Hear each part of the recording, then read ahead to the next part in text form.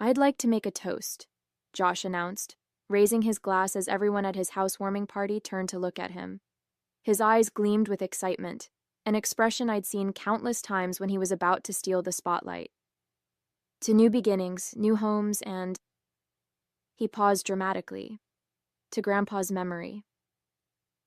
A respectful silence fell over the room. Our grandfather had passed away just 4 days ago, and the wound was still fresh for all of us. I raised my glass along with everyone else, quietly honoring the man who had meant so much to me. "Speaking of Grandpa," Josh continued, setting his drink down on the coffee table, "I have an announcement to make." I watched as he reached into his pocket and pulled out an envelope, slightly worn at the edges. My heart skipped a beat. There was something about the way he glanced at me that made me uneasy. "Before he died, Grandpa gave me this letter," Josh said, his voice carrying across the living room of his new Denver home. "He wanted me to have his vacation home by the lake, the place we all loved as kids." The room erupted in surprised murmurs and congratulations. My parents beamed with pride, while Josh's girlfriend Teresa clapped excitedly. My cousin Jenna shot me a confused look from across the room. She knew how close Grandpa and I had been. I sat stunned, unable to process what I was hearing. The lakeside cabin was Grandpa's most cherished possession. It was also the place where I had spent nearly every weekend for the past 3 years, helping him maintain the property, listening to his stories, and simply enjoying his company. Josh, on the other hand, had visited maybe twice in the last 5 years, always complaining about the lack of Wi-Fi and nothing to do. But more importantly, Grandpa had given me a small wooden box 3 weeks ago, making me promise not to open it until the time was right. Inside was a notarized deed transferring ownership of the vacation home to me. He had already given me the property. It wasn't even part of his estate. As Josh unfolded the letter and began to read what were supposedly Grandpa's wishes, I studied his face. Was he lying? Did he know about the deed? Had Grandpa somehow changed his mind without telling me? "That's great. Good for you, Josh," I managed to say with a forced smile, though my mind was racing. I needed to get home and check the documents in that wooden box right away. I quietly excused myself, saying I needed to use the bathroom, and slipped away from the celebration. As I closed the bathroom door behind me, I leaned against it and took a deep breath. The letter Josh had shown everyone didn't make sense. Grandpa's handwriting had become increasingly shaky in his final months due to arthritis, but the signature I glimpsed looked suspiciously smooth and confident. My phone buzzed with a text from Jenna. "You okay?" That was weird. Josh never even cared about the cabin. I texted Jenna back, "Need to check something at home. Can you cover for me? Say I got called into work?" Within minutes, she had made my excuses to the family, and I slipped out the back door while everyone was still fawning over Josh's inheritance. The drive to my apartment felt surreal. Streetlights blurred as memories of Grandpa flooded my mind, teaching me to fish off the dock, pointing out constellations in the clear mountain sky, laughing at my terrible attempts to skip stones across the lake. The vacation home wasn't just property. It was where our most precious memories lived. It was our special place, where Grandpa had taught me about resilience, patience, and finding joy in simple things. Josh had never shown any interest in those lessons or the cabin itself. His announcement felt like a violation of something sacred.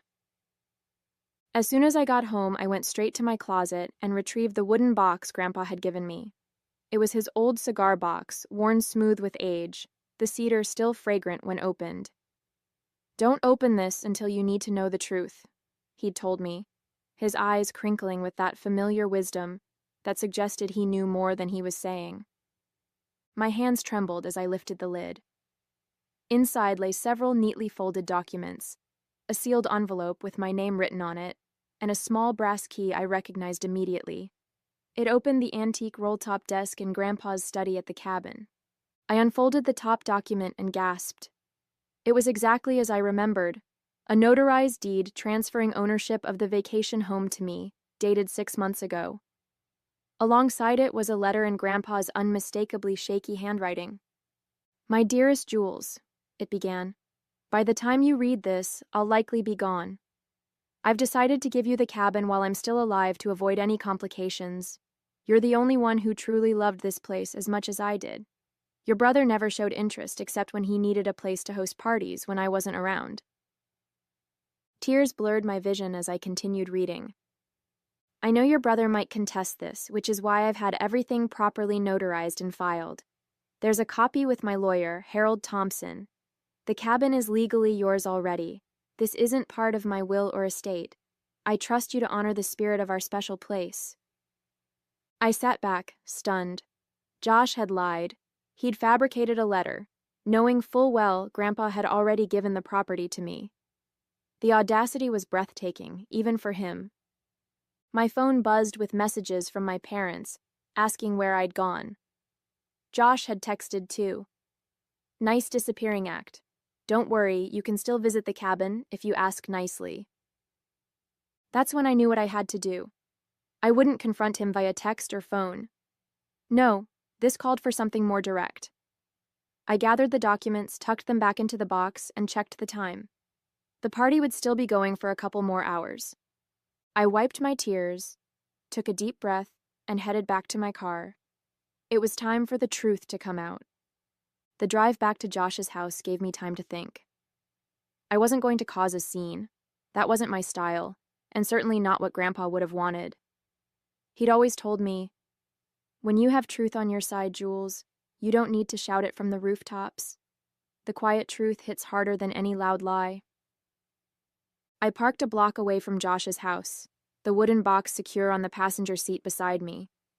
For a moment, I just sat there, gathering my courage. I thought about all the weekends I'd spent with Grandpa at the cabin while Josh was too busy to visit. I remembered how Grandpa's face would light up when I arrived, how we'd spend hours talking about everything and nothing on the porch swing. "What would you do, Grandpa?" I whispered, running my fingers over the box's smooth surface. The answer came almost immediately in my mind. The right thing, with grace. I decided not to go back into the party right away. Instead, I texted Jenna.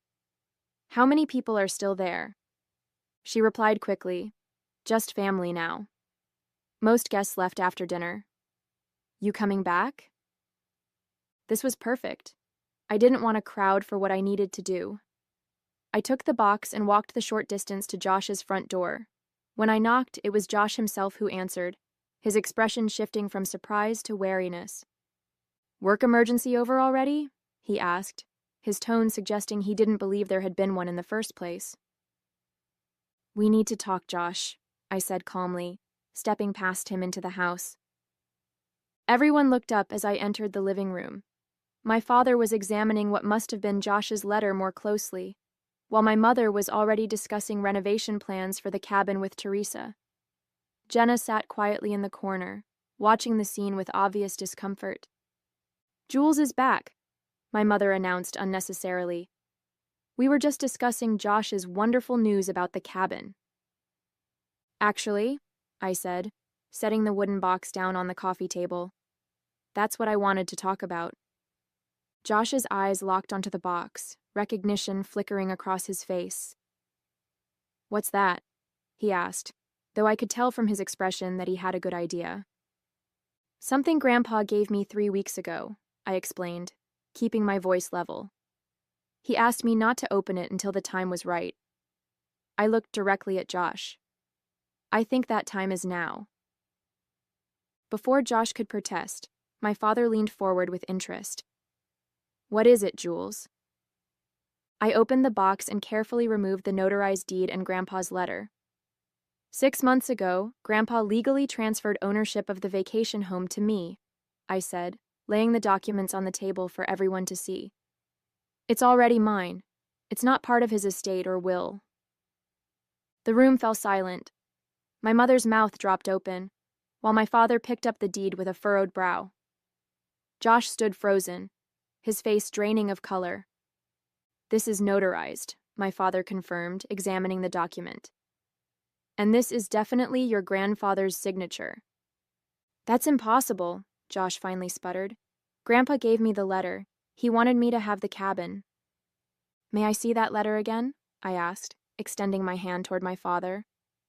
He handed it over, and I placed it side by side with Grandpa's handwritten letter from my box. The difference was stark and obvious. The handwriting on Josh's letter was an attempt at imitation, but it lacked the telltale shakiness caused by Grandpa's arthritis. The signature was too perfect, too controlled. "Josh," my mother said slowly, her voice barely above a whisper, "did you forge this letter?" His silence was answer enough. Josh's silence stretched uncomfortably before he finally broke it, his voice a mixture of defiance and desperation. "You don't understand. It's not fair that she gets everything." "Everything?" I echoed, genuinely confused. "What are you talking about?" "You were always Grandpa's favorite," Josh said, his words rushing out like water through a broken dam. "Always visiting him, always helping him, always the perfect grandchild. The rest of us barely got a look in." My father cleared his throat, clearly uncomfortable with the direction the conversation had taken. "Josh, regardless of how you feel, forging your grandfather's signature is serious." "Let me see those," my mother interjected, reaching for both letters. She compared them side by side, her expression shifting from disbelief to disappointment. "Oh, Josh," she sighed, "how could you do this?" Teresa slowly stood up, her face pale. "I think I should go," she murmured, avoiding Josh's pleading look as she gathered her purse and headed for the door. "Wait, Teresa, this isn't what it looks like," Josh called after her, but she was already gone, the front door closing firmly behind her. The room fell silent again. Jenna caught my eye and gave me a small, supportive nod. She had always seen through Josh's antics, even when our parents couldn't. "I don't understand," my father said finally, turning to Josh. "Why would you announce something like this without even checking if it was true? The will reading isn't until next week." Josh's face flushed with anger and embarrassment. "I found out about the deed," he admitted. "I was at Grandpa's lawyer's office last week, asking about the estate, and Thompson mentioned that the cabin wasn't part of it because it had already been taken care of. He wouldn't tell me more because of client confidentiality, but I knew what it meant. I thought if I announced it first, maybe..." "Maybe what?" my mother pressed. "Maybe Jules would just let you have it?" "Maybe everyone would believe me instead of her for once," Josh snapped, his voice rising. "Maybe I could have something that mattered to Grandpa, too." His words hung in the air, revealing a jealousy deeper than I had realized. I felt a twinge of sympathy, despite everything. Had he really felt that excluded from Grandpa's life? "Josh," I said quietly, "Grandpa invited you to the cabin countless times. You always said you were too busy." "Because I felt like an intruder," he shot back. "By the time I realized what I was missing, it was too late. You two had your special bond, your inside jokes, your traditions. There was no room for me." My father shook his head, disappointment evident in his expression. "That doesn't justify lying to the entire family, son." Josh slumped into a chair, the fight seemingly draining out of him. "So what happens now?" he asked, not looking at any of us. "You've made your point, Jules. You win." "This isn't about winning," I said, thinking of Grandpa and what he would want in this moment. Despite Josh's deception, he was still my brother, and Grandpa had loved him too, in his own way. I reached back into the wooden box and pulled out something I hadn't mentioned yet, a sealed envelope with Josh's name on it, written in Grandpa's distinctive handwriting. "He left something for you too," I said, holding it out to my brother. Josh looked up, suspicion and hope warring in his expression. "What is it?" "I don't know," I admitted honestly. "Grandpa told me not to open anything that wasn't addressed to me." After a moment's hesitation, Josh took the envelope and carefully opened it. As he read the contents, his expression shifted from defensive to shocked, and finally to something that looked like genuine remorse. "He knew," Josh said finally, his voice barely above a whisper. "He knew I might try to claim the cabin." My mother moved to sit beside him. What does it say, honey? Josh hesitated, then handed her the letter. Read it, he said. Everyone should hear it. My mother adjusted her reading glasses and began. Dear Josh, if you're reading this, then Jules has opened my cedar box, which means one of two things. Either I'm gone, or something has happened that made her feel it was necessary to reveal its contents. I've known you since the day you were born, and I know your heart. You've always wanted recognition and validation, things I perhaps failed to give you in the way you needed. But I also know when you feel overlooked, you sometimes make impulsive decisions that hurt others and ultimately yourself. The cabin has been transferred to Jules. This was a decision I made with great thought and love. Not because I didn't care for you, but because Jules connected with the place in a way you never did. She understood what made it special to me, and I trust her to preserve that spirit. What you need isn't a property, Josh. It's a purpose. I've enclosed a check for $25,000. Use it to start something meaningful. Find what makes your heart come alive the way the cabin does for Jules. Maybe it's that business idea you mentioned last Christmas, or perhaps something else entirely. I hope someday you'll understand that this isn't about favorites or fairness. It's about recognizing different paths for different hearts. Jules will keep the door open for you at the cabin, I have no doubt, but your future lies in building something of your own. With love and hope, Grandpa.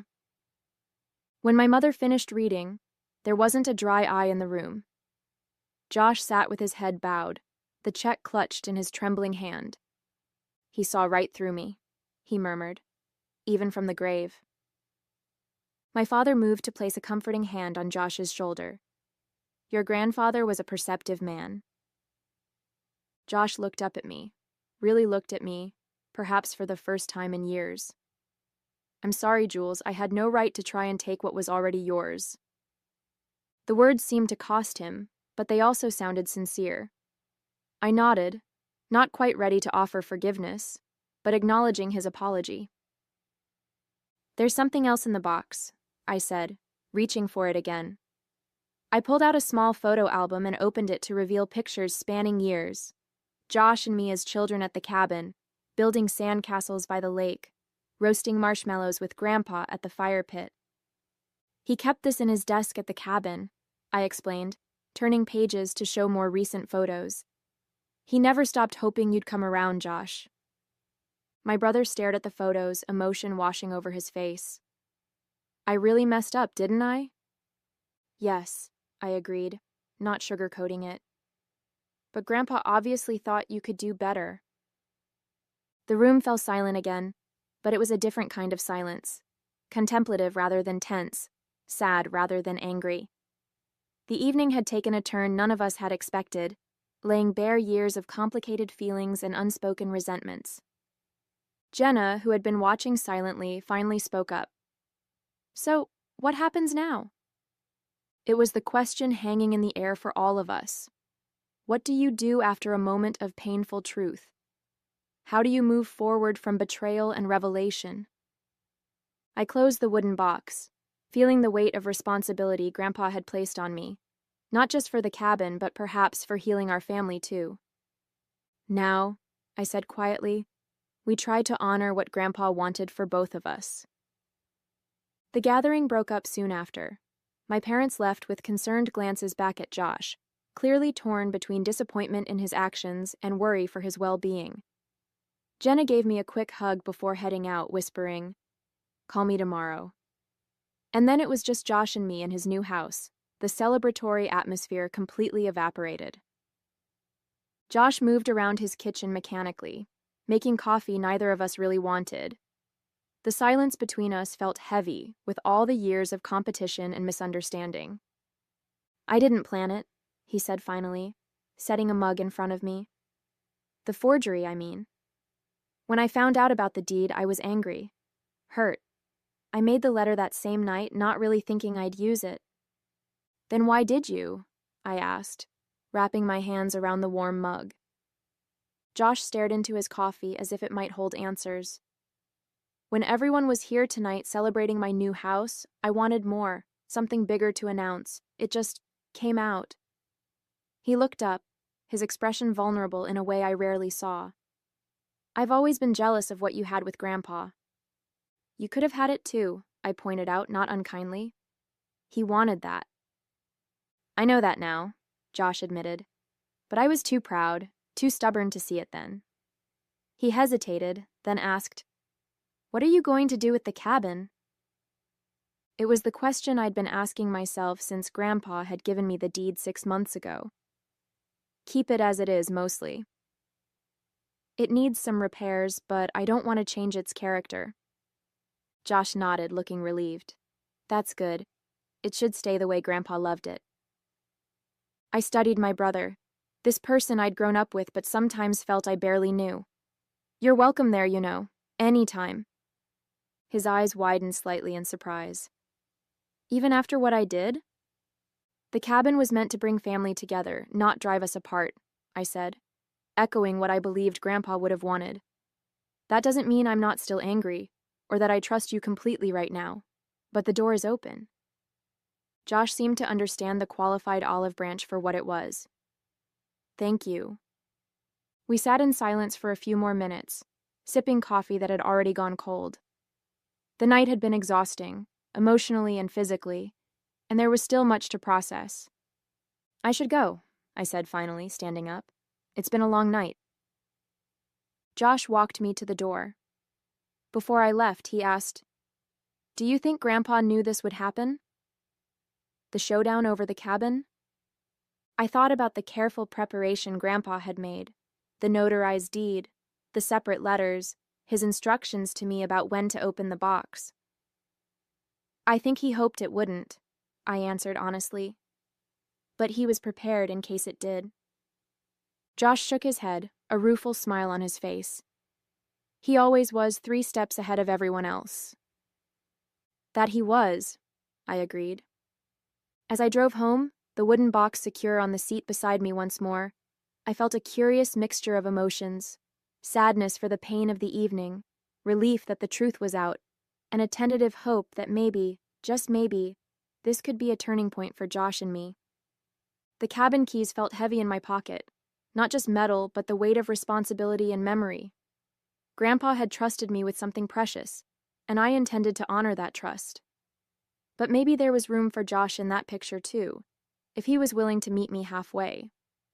Tomorrow I decided I would drive up to the cabin, sit on the porch swing, watch the light change over the water, and perhaps feel Grandpa's presence one more time, guiding us toward healing, even in his absence.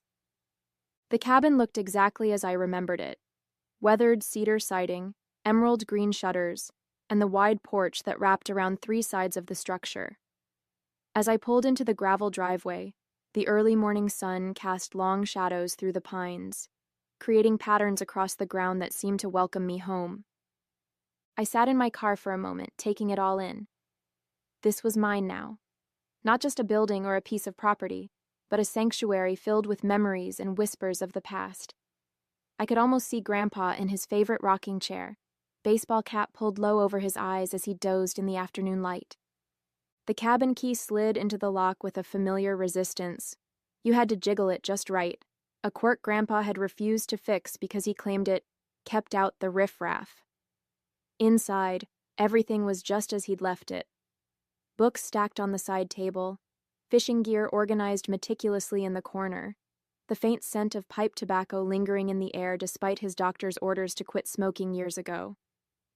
I moved through the rooms slowly, trailing my fingers along furniture that had been in our family for generations. The stillness was peaceful rather than oppressive, as if the cabin itself was holding its breath, waiting to see what would happen next. My phone buzzed in my pocket, a text from Jenna. "How's the cabin? Your mom called me this morning. Josh is a wreck." I typed back, "Cabin's perfect. Not sure how to feel about Josh yet." Another message followed quickly. "He's been calling everyone trying to explain himself. Your parents are still pretty upset." I wasn't surprised. The fallout from last night's revelations would take time to settle. Trust, once broken, couldn't be mended overnight. Setting my phone aside, I walked to the large picture window overlooking the lake. The water sparkled in the morning light, serene and unchanging despite the human drama unfolding around it. "I'm here, Grandpa," I whispered to the empty room. "I'll take good care of it, I promise." 3 weeks passed before Josh reached out. His text was simple. "Can we talk? At the cabin, maybe?" I deliberated for a day before responding with a time and date. Part of me wasn't ready to share this space with him yet, but Grandpa's voice kept echoing in my mind. "Holding grudges makes the heart heavy, Jules. Sometimes forgiveness is more for you than for them." When Josh's car pulled up the following Saturday, I was sitting on the porch swing, nursing a cup of coffee. He approached slowly, looking more subdued than I'd seen him in years. "This place hasn't changed at all," he said, glancing around. "That's the idea," I replied, gesturing to the chair across from me. He sat down, fingers drumming nervously on his knees. "I've been thinking about what to say for weeks, but everything sounds inadequate." "Try anyway," I suggested, neither cold nor particularly warm. Josh took a deep breath. "I'm sorry, not just for the forgery, but for everything. For being jealous of your relationship with Grandpa, for resenting you when I should have been looking at my own choices." I studied his face, trying to gauge the sincerity behind his words. The Josh I knew was a master of telling people what they wanted to hear when it served his purposes. "Why did you do it?" I asked. "The truth, Josh." He looked out at the lake, quiet for a long moment. "I thought if I had the cabin, it would somehow make up for all the time I didn't spend here. Like I could buy back those moments I missed." His voice cracked slightly. "Stupid, right?" There was a vulnerability in his admission that felt genuine. Not an excuse, just a sad acknowledgement of a faulty thought process. "I used the money," he said suddenly. "Grandpa's check." "For what?" "I enrolled in that woodworking course Grandpa was always telling me to try, the one I was too busy for." He gave a self-deprecating laugh. "Turns out I'm terrible at it, but I'm going to stick with it." He was right. It's calming, being focused on creating something with your hands. It was a small thing, but significant coming from Josh, who had always been too impatient for such pursuits. "He would have liked that," I said quietly. We sat in silence for a while, listening to the gentle lapping of water against the shore and the distant call of birds. It was the same peaceful soundtrack that had accompanied countless conversations between Grandpa and me over the years. "I have something to show you," I said finally, standing up. Josh followed me inside to Grandpa's study, where the antique roll-top desk stood in the corner, bathed in morning light. I used the brass key from the wooden box to unlock it, revealing neatly organized compartments filled with papers, letters, and small mementos. "Grandpa kept everything," I explained, pulling out a folder marked Josh. Inside were newspaper clippings of Josh's high school debate championship, photos of his college graduation, and even a printout of the webpage announcing his promotion last year. "He was proud of you," I said softly. "He just showed it differently than you wanted." Josh's fingers trembled slightly as he paged through the collection. I had no idea he kept track of all this. "There's a folder for each family member," I explained. He called it his brag book. Josh looked up, his eyes glistening. "I really messed up, didn't I?" "Yes," I agreed, not sugarcoating it.